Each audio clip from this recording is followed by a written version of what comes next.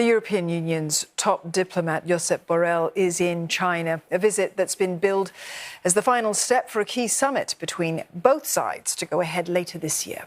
And that's despite the rise in trade tensions in recent months, particularly over Chinese steel and electric vehicles. Mr Borrell met with several business leaders in Shanghai. He's set to fly to the Chinese capital for talks with Foreign Minister Wang Yi tomorrow. His trip, which has already been postponed twice this year, is expected to last until Saturday. Beijing has welcomed the official's visit, calling it favourable for the healthy development of ties and saying it's ready to work with the EU to enhance mutual trust. Mr Borrell also underscoring his main objective for the visit. He says he wants Beijing to take the European Union more seriously and to stop looking at it through the lens of its ties with others. And for more, Alex Cardier joins us. He's live in Brussels. Alex, trade ties between both sides, they've been far from smooth. What can we expect from these talks?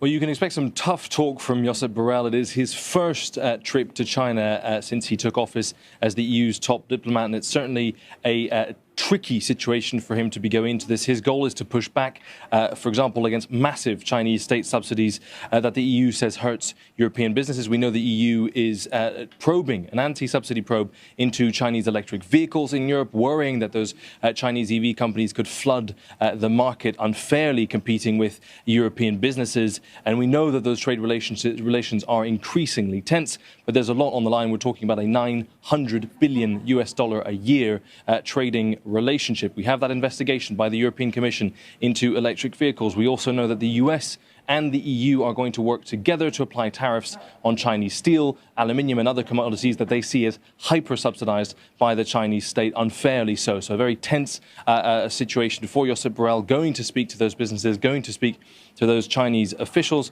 There's also misalignment on foreign affairs. We know, looking at the situation in Israel, China has not condemned Hamas. That is a point of difference with the European Union. And of course, just a few days after Josep Borrell leaves China, Vladimir Putin, the president of Russia, will be visiting that country shortly after. And that will highlight the fact that the EU wants to see less ambiguity from China and a stronger position standing up to Russia and asking it to stop its invasion of Ukraine. Alex, it's the second day of talks for NATO defence ministers who were there in Brussels for those meetings. Talk us through the latest.